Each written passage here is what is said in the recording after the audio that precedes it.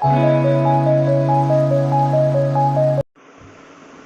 सबका स्वागत है मेरे YouTube चैनल पे। तो आज हमने जो पढ़ा है वो आज आपके साथ शेयर करने वाले।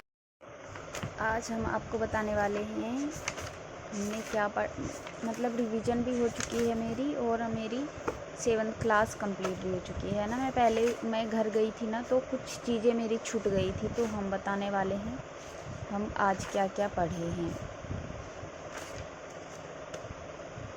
ये संधि कार्यपालिका है जो हमने पढ़ा है, और जो संघ हैं वो भारत सरकार मतलब केंद्र सरकार हम यूज नहीं करते हैं। संविधान में कहीं पे भी केंद्र सरकार का वर्णन नहीं किया गया है, संघ सरकार का वर्णन किया गया है। तो हमारे भारत में ऐसे बोला जाता है, जो कि एक पॉइंट बिंदु समझ लो और उससे रिलेटेड। और कार्यपालिका की शक्ति क्या है इसके बारे में हमने बात किया है। और आप देख सकते हो आर्टिकल 53(1) संधि की कार्यपालिका शक्ति, और इसमें जो भी निहित किया गया है वो सारी चीज़ें हमने नोट डाउन कर लिया है। और फिर आर्टिकल 74 क्लोज 1 कहता है कि राष्ट्रपति को सलाह एवं सहायता देने के लिए एक मंत्री परिषद होगी, जिसका प्रधानमंत्री होगा। राष्ट्रपति ऐसी सलाह के अनुसार कार्य करेगा। और उसके बाद हमने यहाँ पे कुछ नोट पॉइंट CA 1976 के तहत हमने लिखा है, मंत्री परिषद की सलाह राष्ट्रपति के लिए बाध्यकारी बना दी गई। तब से यह अपेक्षा की जाती है कि राष्ट्रपति अपनी मर्जी से काम नहीं कर सकता, वो मंत्री परिषद की सलाह से ही कार्य करेगा।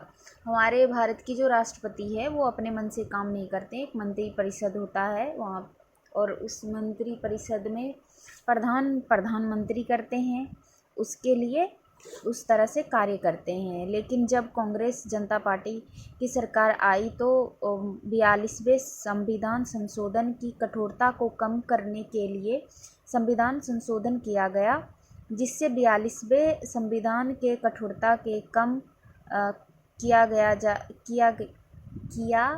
जाए, और इसे 44वें संविधान संशोधन कहते हैं, जो कि 1978 माध्यम से इसका कठोरता को कम करके प्रदान किया गया, जिसे हम किंतु परंतु कहते हैं, उसके अनुसार, है ना। तो और इसी प्रकार से हमने ये भी पढ़ा है 42वें और 74(2) क्या कहता है, आर्टिकल 53(1) क्या कहता है, दोनों में अंतर क्या है हमने अंतर भी लिखा है। संघ की कार्यपालिका शक्ति का विस्तार, इसके बारे में हमने लिखा है। भारत सरकार की कार्यवाही का संचालन, भारत सरकार की समस्त राष्ट्रपति के नाम की हुई कही जाएगी।